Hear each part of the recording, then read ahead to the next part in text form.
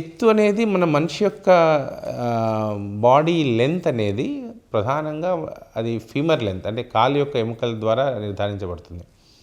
ఈ spinal fractures కావడం ద్వారా మనిషి ఎత్తు తగ్గే అవకాశం చాలా తక్కువ. అంటే మరీ ఎక్కువ ఫ్రాక్చర్ అయిపోయి ఒక ఎంటైర్ వర్టిబ్రల్ బాడీ కనుక అది ఫ్రాక్చర్ అయితే మేబీ ఒక 1 or 2 సెంటీమీటర్స్ తగ్గచ్చు, కానీ that has no clinical relevance.